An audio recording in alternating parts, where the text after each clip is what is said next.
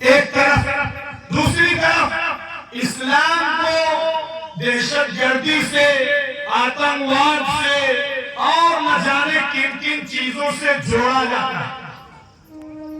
ابھی ہمارے جو پہلے علماء تھے انہوں نے آپ کے سامنے باتیں رکھی، آقا صلی اللہ علیہ وسلم کا کردار کیا تھا، آپ کی زندگی کیا تھی، اسلام کی تعلیمات کیا ہے، کیا وہ دین، وہ اسلام جو سراپا رحمت ہے، امن و شانتی کا پیغام دینے والا ہے، آج اس کو صاحب دہشت گردی سے جوڑا جاتا ہے اور جوڑنے والوں کو شرم محسوس نہیں ہوتی۔ اسلام، جس اسلام نے یہ بات کہی ہو کہ اگر کوئی انسان کسی جانور پر اتیاچار کرتا ہے تو خدا کی بارگاہ میں کل کو اسے حساب دینا ہو۔ ابھی آپ نے سنا کہ اگر کوئی کتے کو پانی پلا دیتا تو اللہ تعالیٰ اس کی مغفرت کر دے۔ جو دین کتے کو پانی پلانے پہ مغفرت کا اعلان کرنے والا ہو، جو دین بلی کو کھانا نہ دینے پہ دوزخ کی سزا سنانے والا ہو، وہ دین کسی انسان پر ظلم کرنے کی اجازت اور پرمیشن دے سکتا ہے؟ ہمارے آقا کی زندگی آپ کو سنائی گئی، غزوہ احد کا موقع ہے۔ غزوہ احد کے موقع پر آقا صلی اللہ علیہ وسلم کے جو ہے آپ کے اوپر وار کیا گیا، اٹیک کیا گیا، آپ کا سر زخمی ہو گیا، آپ کے دانت ٹوٹ گئے، آپ بے ہوش ہو کے گر گئے، اور جب ہوش آیا لوگ آپ کے پاس پہنچے، کہنے لگے کہ اے آقا صلی اللہ علیہ وسلم، آپ کو ان لوگوں نے اس طرح ستایا، آپ کو لہو لہان کر دیا، آپ کی جان کے لینے پر یہ لوگ آمادہ تھے، اب آپ ان کے لیے بددعا کر دیجئے۔ ہمارے آقا نے کیا کیا؟ ہمارے آقا نے ہاتھ اٹھائے اور ان کے لیے دعائیں مانگی، ان کے لیے دعائیں مانگی جنہوں نے آپ کا خون بہایا، جنہوں نے آپ کے دانت کو شہید کیا، جنہوں نے آپ کے چچا کو بے دردی کے ساتھ قتل کیا، ناک کان کاٹا اور کلیجہ نکال کے چبایا۔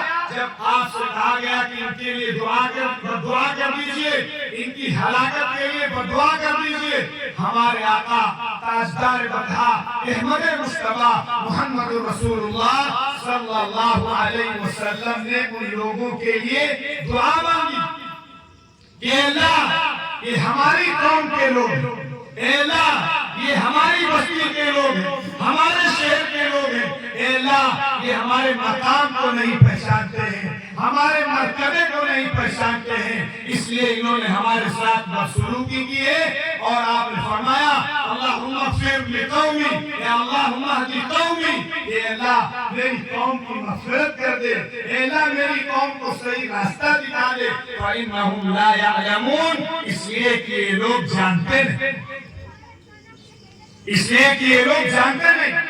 آپ صلی اللہ علیہ وسلم نے میرے عزیز و بزرگ و دوستوں اور بے شمار موقع، ایک موقع پر آپ صلی اللہ علیہ وسلم تشریف لا رہے تھے کسی غزوے سے، اور ایک جگہ دوپہر ہو گئی تو آپ نے کہا لوگوں سے پڑاؤ ڈال دو۔ ببول کے درخت تھے، لوگ سارے منتشر ہو گئے، چتر گئے اور سو گئے۔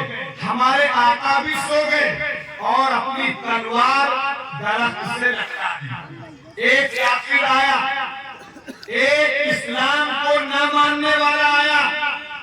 دیکھیے کیا ہوتی ہے شفقت، اور کیا ہوتی ہے دیا، اور کیا ہوتی ہے کرونا، اور کیا ہوتی ہے رحمت، اور کیا ہوتی ہے مسیح۔ ہمیں اپنے آقا کی تعلیمات سے سیکھنا ہے۔ ابھی میں اس چیپٹر کو بھی کھولوں گا کہ ہماری زندگیاں کیسے۔ آپ وہ آیا، تلوار لی اور سونت لیا، نکال کے کھڑا ہو گیا، اور اس کے بعد وہ کہنے لگا اس کے بعد وہ کہنے لگا کہ من یمنعک منی، سنیے کیا اخلاق تھے آقا، کہنے لگا من یمنعک منی، اب بتاؤ تم کو مجھ سے کون بچائے؟ آپ صلی اللہ علیہ وسلم نے اطمینان کے ساتھ فرمایا اللہ اللہ، اللہ بچائے۔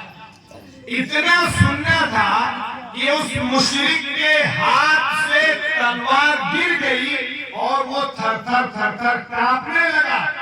آپ نے تلوار اٹھائی اور آپ نے اب یہی سوال اس سے دہرایا، فرمایا من یمنعک منی، تم کو مجھ سے کون بچائے؟ اب وہ مشرک تھا، آپ کی جان کا دشمن تھا، آپ کو موت کے گھاٹ اتارنے کے لیے تیار تھا۔ آپ نے اور جب اس سے پوچھا کہ تم کو مجھ سے کون بچائے گا تو وہ آپ کو دعا دینے لگا، کہنے لگا کن خیر آخذ، کہ آپ اچھے پکڑنے والے ہو جائیں۔ تو آپ نے اس سے پوچھا اتشہد ان لا الہ الا اللہ وانی محمد رسول اللہ، اے آدمی کیا تم گواہی دیتے ہو کہ میں اللہ کا رسول ہوں اور اللہ کے سوا کوئی معبود نہیں؟ یعنی کیا تم کلمہ پڑھتے ہو؟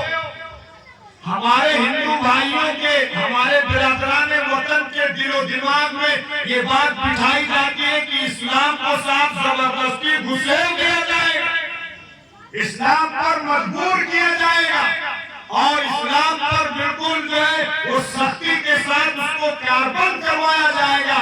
فرمایا لا اکراہ فی الدین، اگر کوئی آدمی کو مجبور کیا جاتا ہے اور اس کو دبایا جاتا ہے اور اس کے بعد اس سے اسلام فورس کے ساتھ قبول کروایا جاتا ہے، قرآن کی آیت ہے کہ دین میں کوئی زبردستی نہیں کی جا سکتی۔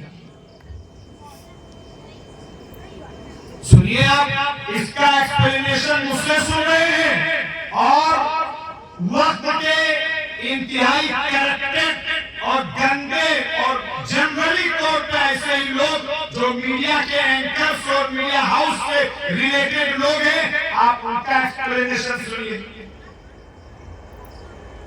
زبردستی اسلام کے اندر کسی کی انٹری کی ہی نہیں جا سکتی ہے، یہ قرآن کا صاف اعلان۔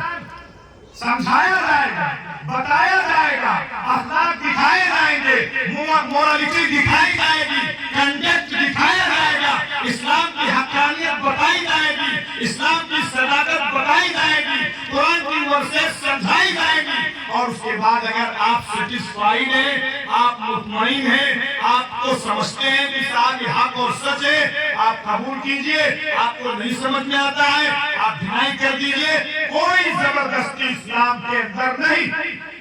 یہ مثال